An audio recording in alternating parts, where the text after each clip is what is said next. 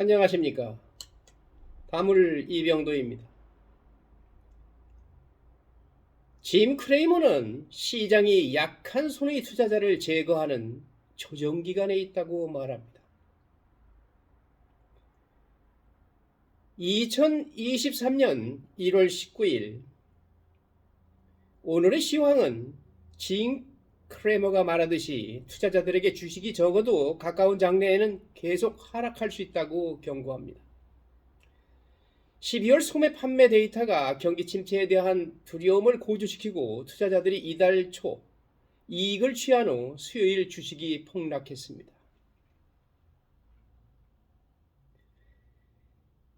내 생각에 우리는 힘이 약한 투자자들을 제거하는 조정의 기간이 있다고 생각합니다. 그리고 우리는 2만 달러 이상으로 비트코인을 구매하거나 밈 주식에 속는 것과 같은 개인 파울을 저지른 사람들을 확실히 씻어냅니다라고 그는 말했습니다. 12월 소매 판매 데이터가 경기 침체에 대한 두려움을 고조시키고 투자자들이 이달 초 이익을 취한 후 수요일 주식이 폭락했습니다. S&P 500은 12월 15일 이후 최저 수준으로 마감했고 나스닥 종합지수는 하락하여 7일 연승 기록이 깨졌습니다. 바로 지금 시장은 우리가 오랜 세월 동안 겪었던 가장 과매수 조건 중 하나를 해결하고 있습니다. 지난 2주 동안 우리는 너무 빨리 집결했습니다. 모든 것이 끔찍하다는 것은 아닙니다라고 크레이머는 말했습니다. 그는 마이크로소프트가 10,000명의 직원을 해고한다고 말했지만 다른 산업은 훨씬 더 탄력적이었다고 지적했습니다. 유나이티드 에어라인을 비롯한 많은 회사는 최근 이번 어닝 시즌에 지금까지 훌륭한 분기를 보고했다고 그는 덧붙였습니다. 대부분의 경제가 잘 버티고 있습니다. 문제는 기술주에 있습니다. 제가 몇 달 동안 계속 말씀드린 것처럼 말입니다. 라고 그는 말했습니다. 그러나 적어도 단기적으로는 시장이 더 많은 고통을 견디는 것을 막지는 못할 것이라고 크레이머는 경고하고 있습니다. 곰들, 베어즈는 그들은 오늘 전력을 다할 것입니다. 애플은 기술 해고 추세를 극복합니다. 애플은 해고를 전혀 안 한다는 이야기입니다. 아마존은 아마존 스마일 자선 프로그램을 종료합니다. 헤르츠와 덴버는 EV를 확정하기 위해 협력합니다. 전기차를 확장하기 위해 협력합니다. 오늘의 핵심 이슈, 1월 19일의 핵심 이슈. 첫 번째 이슈는 모멘텀의 정체입니다. 모멘텀 스톨즈 아웃. 수요일 다우존스 산업평균지수는 투자자들의 1월 강세로 이익을 챙기고 실망스러운 12월 소매 판매 수치가 경기 침체에 대한 우려를 불러일으키면서 600포인트 이상 폭락했습니다. 은행주들이 손실을 주도했습니다. 다우지수는 전 거래일보다 613.89포인트, 1.81% 하락한 33,296.96에 마감했습니다. S&P 500 지수는 1.56% 하락한 3,928.86에 마감했는데 이는 12월 15일 이후 최저치입니다. 많은 사람들이 수요일의 하락 이전에도 시장의 강세를 의심하기 시작했지만 투자자들은 연초부터 주식에 대한 강한 상승 모멘텀을 즐기고 있었습니다.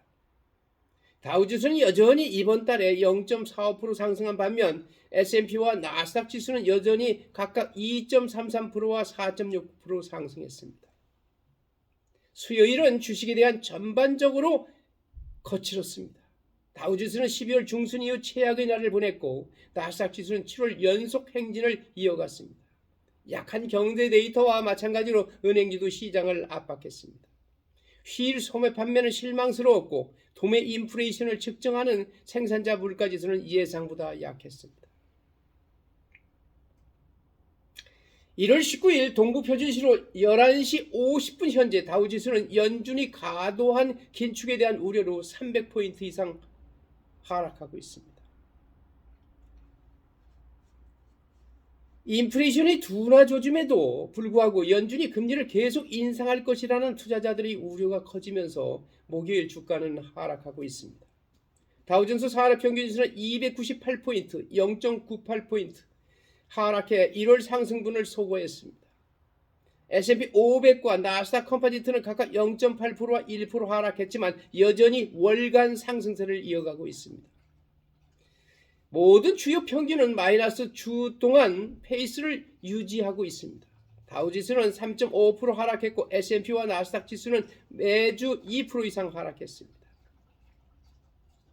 실업보험에 대한 초기 신청이 지난주 6월 말 이후 최저 수준으로 떨어진 후 목요일 주식은 하락세를 연장했다고 노동부가 목요일 발표하여 투자자들에게 경제 둔화 속에서 노동시장이 탄력적이라는 신호를 보냈습니다. 오한다위 수석 시장 분석가인 에드 모야는 대유행 이후의 모든 대규모 해고에도 불구하고 고용시장은 여전히 뜨겁습니다. 라고 말했습니다.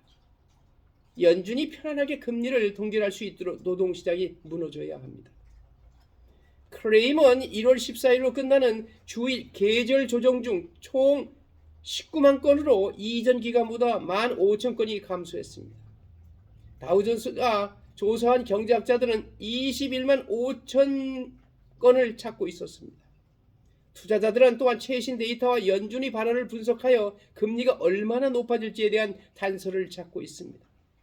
그러나 최근 수치가 인플레이션 완화를 가리키고 있는 동안 JP 모건 체이스의 제이미 다이먼 CEO는 금리가 5%를 넘어설 것이라고 생각합니다. 라고 말합니다.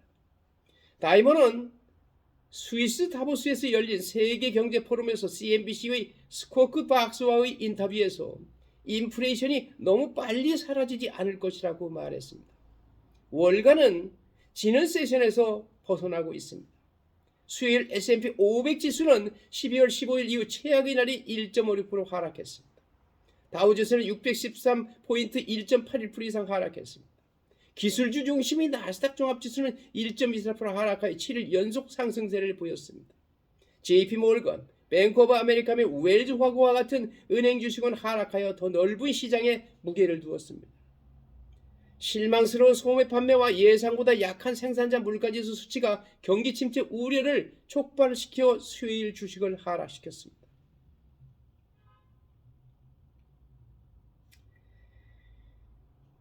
다른 곳에서는 투자자들이 수익 침체 조짐이 있는지 확인하기 위해 주요 분기별 보고서를 출시하고 있습니다.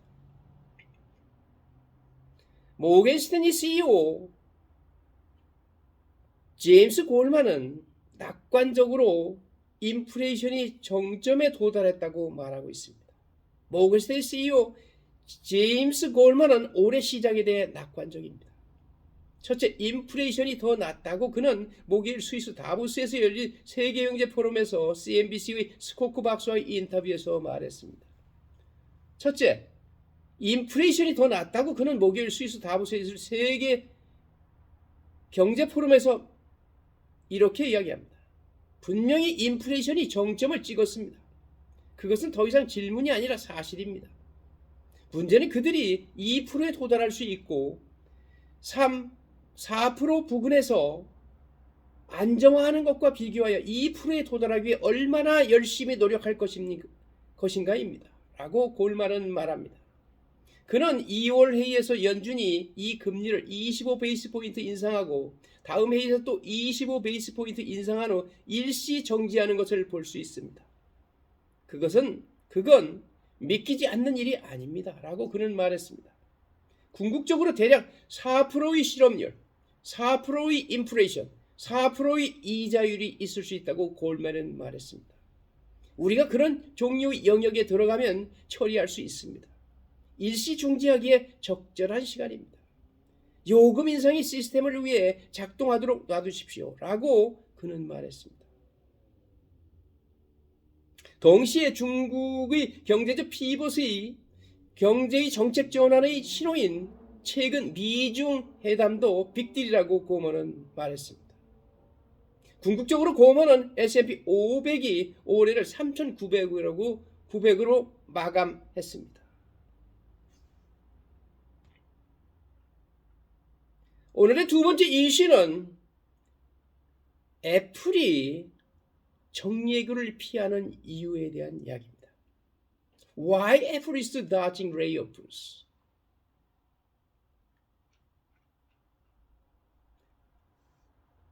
애플 기술 회사는 애플은 지난 1년 동안 수만 개의 일자리를 삭감 계획이 없었습니다. 기술 회사는 지난 1년 동안 수만 개의 일자리를 삭감했습니다. 아마존은 약 18,000명의 직원을 해고하는 과정에 있으며 마이크로소프트는 이번 주에 약 10,000개의 자리를 삭감할 것이라고 말했습니다. 구글의 모회사 알파벳 그리고 페이스북 소유자인 메타는 근로자도 해고했습니다. 하지만 애플은 트렌드를 거스르고 있습니다. 아이폰 제조업체는 실리콘밸리의 다른 업체들과 달리 팬데믹 기간 동안 고용을 늘리지 않았으며 지금까지 대규모 정리해고 발표를 피했습니다. 애플이 정리해고를 하지 않는 이유는 팬데믹 대유행 기간에 신규 직원을 많이 모집하지 않은 데 고용된 연유가 있는 겁니다. 애플이 참 대단한 회사는 대단한 회사입니다. 해안이 있었다고 봐야 되는 거죠. 오늘의 세 번째 이슈는 스위스 테크토크 인 스위tzerland.